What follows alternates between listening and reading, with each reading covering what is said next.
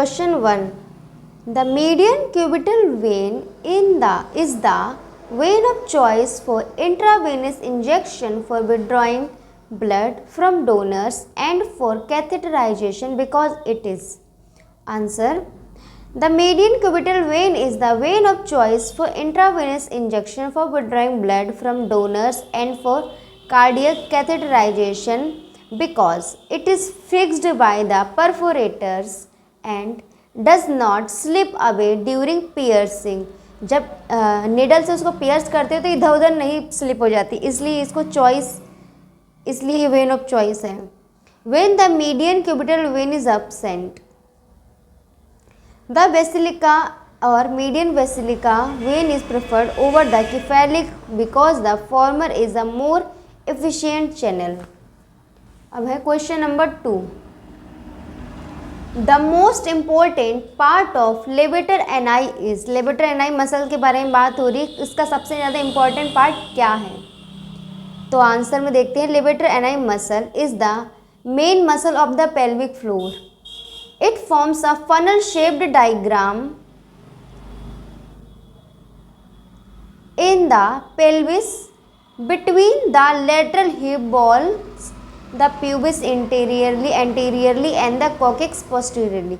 यह करती है एक फनल शेप्ड डायफ्राम फॉर्म करती है, फनल शेप डायफ्राम फॉर्म करती है. ठीक है, जैसे फनल होती है, ऊपर से चौड़ी होती है और नीचे से ऐसी होती है. ठीक है, तभी एंटीरियरली इसमें क्या होता है, सॉरी पहले lateral wall, lateral hip ball, lateral hip ball यहाँ पे ये देखिए, ये हिप मतलब ये हमारी हिप बोन है, मेनली मान दिया हमने. ठीक है, ये हमारी लेटरल हिप बॉल हो गई. ठीक है, अब यहाँ ये लेटरल हिप बॉल में है. ठीक है, लेटरल हिप बॉल से द प्यूबिस एंटीरियरली और एंटीरियरली प्यूबिस से है एंड द कोकिक्स पोस्टीरियरली और कोकिक्स से पोस्टीरियरली भी ये बॉल फॉर्म कर रही है. ठीक है, ऐसे यहाँ से है ये, यहाँ यहाँ यहाँ यहाँ ये ऐसे फॉर्म करके ये एक फनल बना रही है. ठीक है, it forms a funnel shaped diaphragm in the pelvis between the lateral hip ball, ये lateral hip ball, the pubis anteriorly, ये anteriorly and the coccyx posteriorly.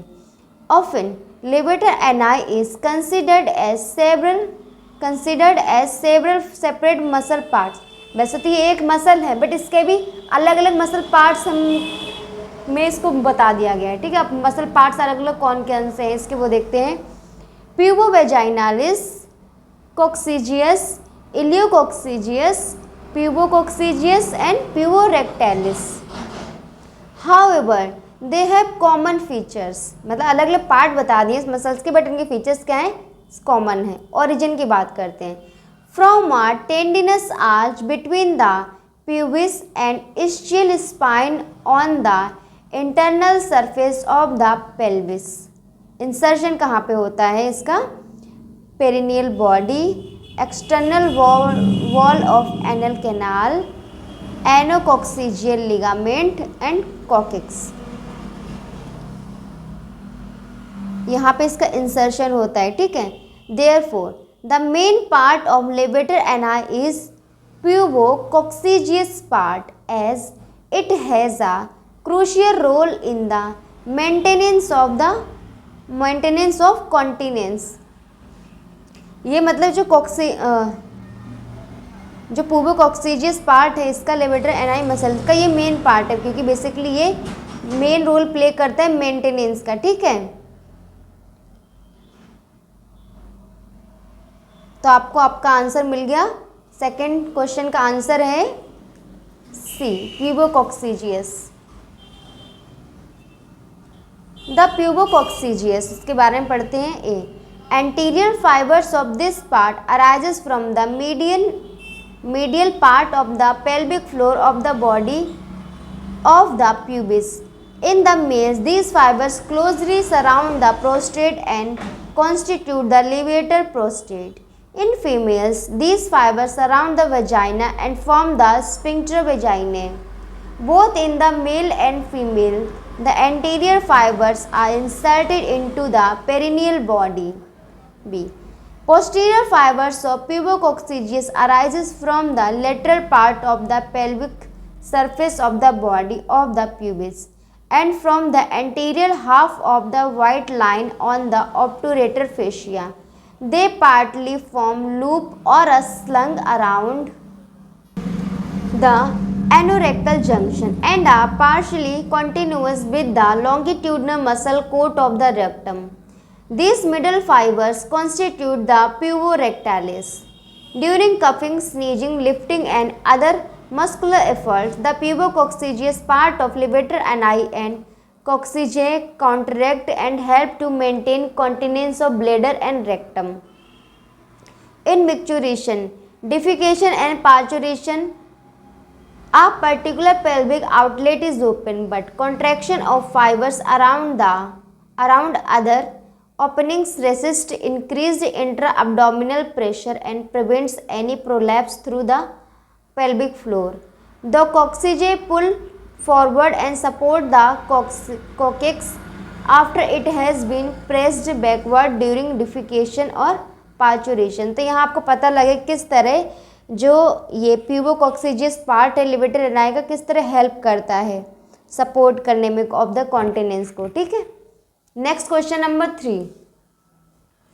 Disease of hip may produce referred pain in knee because of knee में pen क्यों हो रहा है? Hip की वजह से. मतलब हिप में अगर हमें कोई प्रॉब्लम है, दिक्कत है, दर्द है तो उसकी वजह से नी में पेन क्यों फील हो रहा है?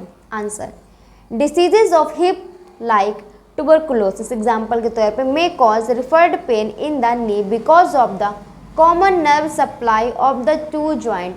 तो जो नर्व सप्लाई होती है, जो नर्व इधर है वो नर्व उधर भी, वही इधर से उधर सप्लाई कर रही है. ठीक है.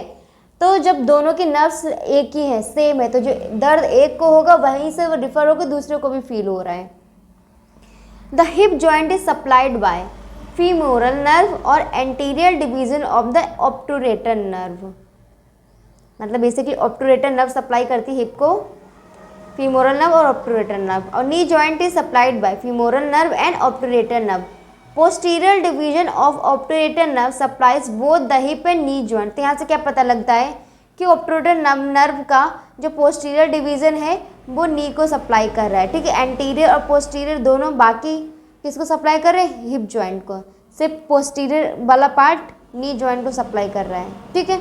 तो दोनों कॉमन है. मेन आपको बेसिकली दो नर्व याद रखनी है. कौन सी है? हिप और नी से related femoral and obturator nerve. That is why हमें नी में पेन फील होता है जब भी हमें हिप में कोई दिक्कत होती है तब. Question number 4. The sub mucosa of which one of the following GIT organs is completely filled with Brunner's glands. तो सबसे पहले जानते हैं सब म्यूकोसा होता क्या है. माना ये टिश्यू है आपका. ठीक है. टिश्यू. अब टिश्यू के बाहर ये जो पहली लेयर है ये है म्यूकोसा. उसके बाद सब म्यूकोसा. ये सब म्यूकोसा हमारे म्यूकोसा लेयर को सराउंड करके रखती है. उसके बाद क्या है? Muscle layer. और फिर क्या है? सीरोसा लेयर या सीरस लेयर. ठीक है. तो जो सब म्यूकोसा लेयर है ये बेसिकली क्या कंटेन करके रखती है? सब म्यूकोसा लेयर के अंदर क्या क्या होता है? सब म्यूकोसा लेयर के अंदर ब्लड वेसल्स होती है, लिम्फेटिक्स होती है, लिम्फेटिक वेसल्स होती है और नर्व्स होती हैं. और ये क्या करती है? ग्लैंड्स भी, कुछ ग्लैंड्स भी अपने अंदर कंटेन करके रखती है. कुछ ग्लैंड्स भी यहाँ से पास थ्रू होके जाती हैं. ठीक है. या कुछ होती हैं. तो इस सब म्यूकोसा पार्ट में, ये जो आपको दिख रहा है, इस सब म्यूकोसा पार्ट में किस GIT ऑर्गन के सब म्यूकोसा पार्ट में ब्रूनर्स ग्लैंड भरी होती हैं? जिसका राइट आंसर है ड्यूडेनम. ब्रूनर्स ग्लैंड्स आर सब म्यूकोसल ग्लैंड्स. अब जो ब्रूनर्स ग्लैंड्स क्या हैं? ये सब म्यूकोसल ग्लैंड्स ही है. तो मतलब ये कहाँ होती है? सब म्यूकोसा में होती हैं. Located through out the duodenum. किसमें? ड्यूडेनम पार्ट के सब म्यूकोसा में ब्रूनर्स ग्लैंड होती हैं. पूरे ड्यूडेनम में भरी होती है उसके सब म्यूकोसा में. The main function of these glands is to produce an alkaline secretion in order to. ये क्या करती है? ग्लैंड्स, ब्रूनर्स ग्लैंड क्या करती है? एल्कलाइन सिक्रीशन सिक्रीट करती है. जिसमें क्या होता है? इस एल्कलाइन सिक्रीशन के अंदर क्या होता है? बाइकार्बोनेट होता है. अब ये क्यों सिक्रीट करती है? ये सिक्रीशन क्या रीज़न है? First, protect the duodenum from the acidic content of chyme. ये क्या है? Which is introduce into the duodenum from the stomach. Stomach से कोई एसिड आ रहा है. ठीक है. काइम नाम का ड्यूडेनम है. उससे प्रोटेक्ट करने के लिए ब्रूनर्स ग्लैंड क्या करती है? एल्कलाइन सिक्रीशन सिक्रीट करती है ताकि स्टमक से आए हुए काइम नाम के एसिड से इस जो ड्यूडेनम है वो अफेक्ट ना हो, ठीक है। ड्यूडेनम को प्रोटेक्ट करके रखती है ब्रूनर्स ग्लैंड, इसलिए वो एल्कलाइन सिक्रेशन सिक्रेट करती हैं। Second, provide an alkaline condition for the intestinal enzyme to be active. अब जो इंटेस्टिनल एंजाइम है वो एल्कलाइन कंडीशन में ही एक्टिव रहते हैं, तो दैट इज वाई ये ग्लैंड क्या करती है, एल्कलाइन सिक्रेशन सिक्रेट करती है।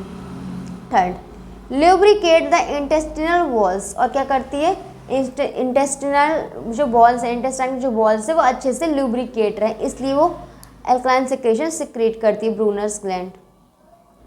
नेक्स्ट क्वेश्चन है, arch of aorta lies behind the, किसके पीछे आर्च ऑफ ऑर्टा होता है। तो सबसे पहले आर्च ऑफ ऑर्टा कहाँ पे होता है, क्या होता है, हमने ऑर्टा जाना है, ठीक है, असेंडिंग ऑर्टा और डिसेंडिंग ऑर्टा। तो देखिए ये है आर्च, इधर असेंडिंग ऑर्टा गया है और इधर डिसेंडिंग ऑर्टा गया है, तो ये आर्च जैसी स्पॉट जगह जहाँ से ये आर्च बन रहा है और असेंडिंग और डिसेंडिंग ऑर्टा जा रहे हैं अपनी अपनी जगह पे, तो ये जो बीच का आर्च है इसको आर्च ऑफ ऑर्टा कहा गया है। अभी किसके पीछे होता है तो इसको जानते हैं।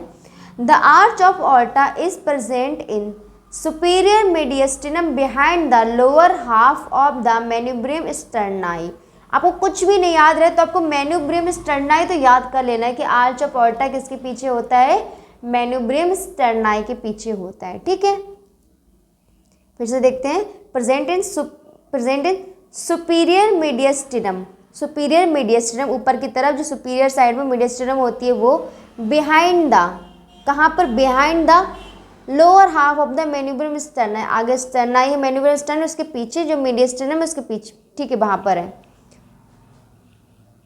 उसके मेन्यूब्रियम स्टर्नाई के पीछे सुपीरियर मीडियस्टिनम में है, ठीक है। तो कहाँ है इसमें, lower half of the manubrium sterni, तो राइट आंसर है ये ए। तब आपको पता लगे आर्च ऑफ ऑर्टा कहाँ होता है, मेन्यूब्रियम स्टर्नाई में। किसके पीछे होता है, मेन्यूब्रियम स्टर्नाई के पीछे होता है, लोअर हाफ ऑफ मेन्यूब्रियम स्टर्नाई के पीछे होता है हमारा आर्च ऑफ ऑर्टा।